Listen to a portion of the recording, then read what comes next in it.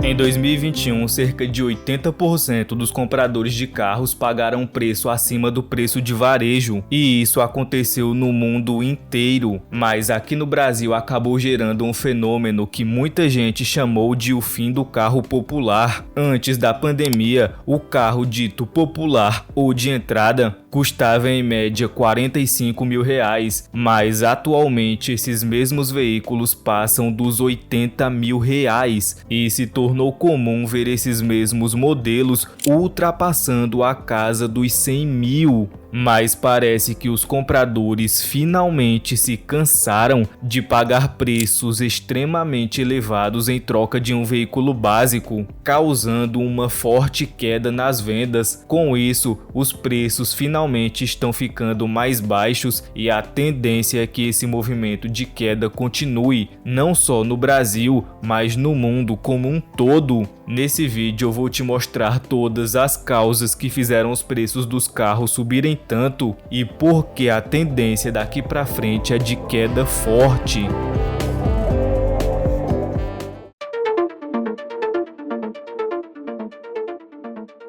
O primeiro fator que contribuiu para a subida dos preços foi o boom na demanda por carros ao longo da pandemia, mas especialmente em 2020 e 2021. Durante o período da crise sanitária, foram injetados mais de 5 trilhões de dólares na economia dos Estados Unidos e quase 10 trilhões de reais na do Brasil. O objetivo dessa injeção de dinheiro era estimular a economia para que ela não parasse 100% durante os períodos de isolamento social. E como as pessoas estavam dentro de casa sem poder gastar com viagens, restaurantes e coisas do gênero, elas passaram a gastar dinheiro com bens duráveis, como imóveis e veículos. Prova disso é que em 2021, 96% dos consumidores brasileiros pretendiam comprar seu primeiro carro ou fazer uma troca. Além de todo o dinheiro que os governos forneceram através dos auxílios emergenciais, os juros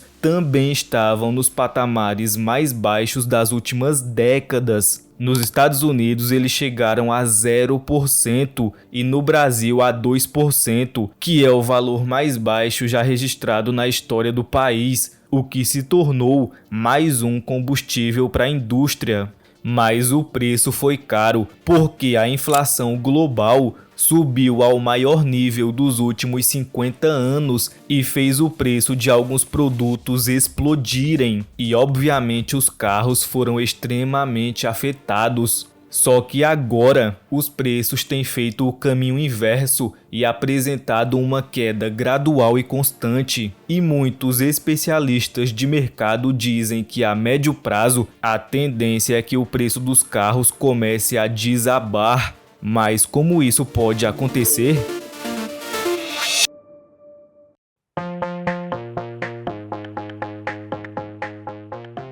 Em 2023 já começou com uma queda forte na demanda por carros novos e obviamente o grande vilão é o preço. Afinal, não é todo mundo que está disposto a pagar quase R$80 mil por um Kwid ou mais de R$150 mil na versão mais completa do Volkswagen Polo. E obviamente a consequência desse fenômeno é a queda no preço dos veículos em geral. E aqui eu tô falando tanto dos novos como dos usados, já que ambos estão ficando encalhados nas lojas. Mas quais foram os motivos que provocaram essa tendência de queda nos preços? E por que os indicadores mostram que daqui para frente a probabilidade é que continuem caindo?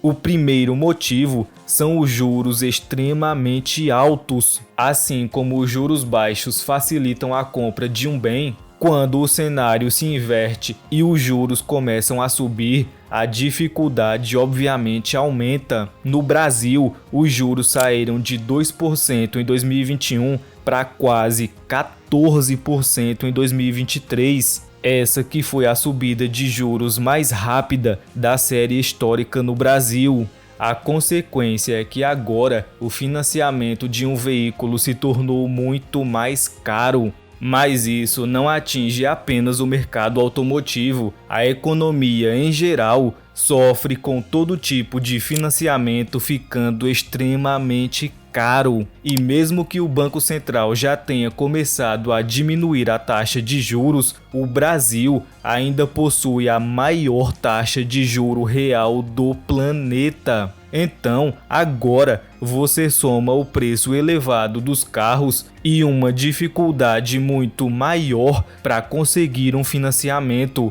e como consequência, isso obviamente faz a demanda despencar. O segundo motivo que está fazendo os preços pararem de subir é, de certa forma, a inflação. Além dos juros elevados tornarem a dívida mais cara, as pessoas agora estão com muito menos dinheiro disponível para gastar.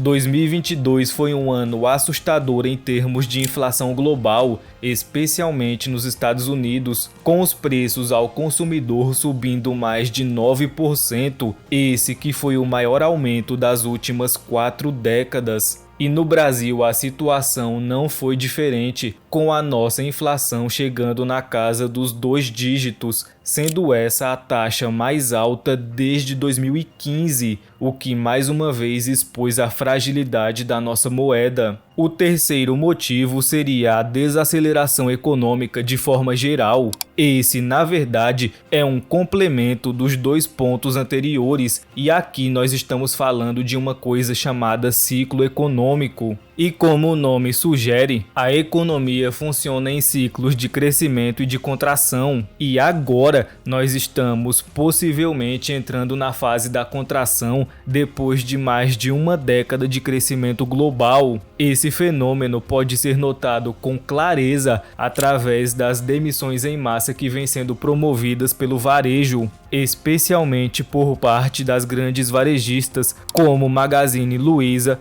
Casas Bahia e lojas americanas. As recentes falências bancárias também podem ser consideradas um dos resultados desse fenômeno. Tudo isso mostra que a economia mundial está numa tendência de desaceleração e a demanda por veículos tem ficado cada vez menor. E por fim, o quarto motivo é o aumento da oferta. Diversos gargalos na cadeia de produção que foram causados pela pandemia estão praticamente 100% resolvidos. As fábricas voltaram a operar normalmente e os números mostram que a escassez de chips já não é um grande problema. Isso sem contar os novos investimentos que têm sido feitos no setor, especialmente nos países ricos, mas isso não é exclusividade deles, já que no Brasil a produção de veículos também aumentou, crescendo 5,4% em 2022. E como a oferta segue crescendo enquanto a demanda continua caindo, as vendas de carros novos em fevereiro fecharam em queda livre de quase 10% em relação ao ano anterior. E por conta dessa baixa demanda, algumas montadoras simplesmente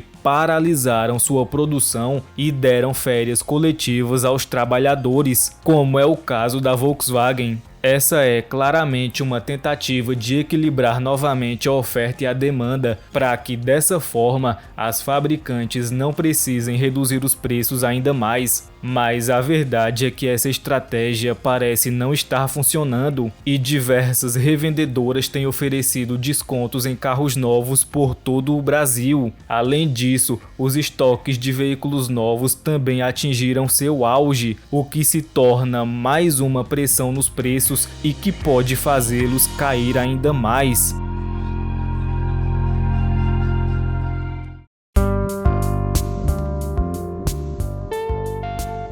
Apesar de muita gente apontar que essa queda nas vendas e nos preços pode ser um movimento pontual, principalmente graças à realidade econômica do mundo, a verdade é que pode ser bem mais do que isso. Nos países ricos, diversas cidades já proibiram a circulação de carros, dessa forma priorizando os pedestres. Além disso, os carros movidos a combustão também se tornaram um alvo, o que tem feito esse tipo de veículo perder espaço nos mercados para empresas como Tesla e BYD. Até mesmo no Brasil, carros híbridos e elétricos têm ganhado espaço. Mas o que isso tem a ver com a queda nos preços? É simples. Agora os consumidores têm muito mais opções de compra. E outra, os carros elétricos costumam ter uma vida útil de centenas de milhares de quilômetros, o que deve diminuir a necessidade de trocar de carro durante anos. Então, agora aquela pessoa que trocava de carro a cada 3 ou 4 anos pode ficar muito mais tempo com o mesmo veículo, já que atualmente existem baterias que têm uma vida útil de mais de 1 milhão de quilômetros rodados.